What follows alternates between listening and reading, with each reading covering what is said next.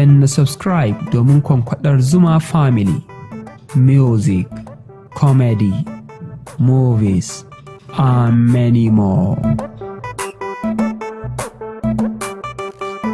Kowa muna zaune lafiya da su don mukan samu mutane daga waje wanda yake fans ne za su zo kowa da irin yanayin tarbiyyarsa da irin yadda zai zo maka, ya wasu kuma za su zo da yanayi na girmamawa da mutunci, su ma muna mu karbe su lafiya. To don haka alhamdulillah gaskiya ba da matsala da mu'amala ta cikin gida da waje.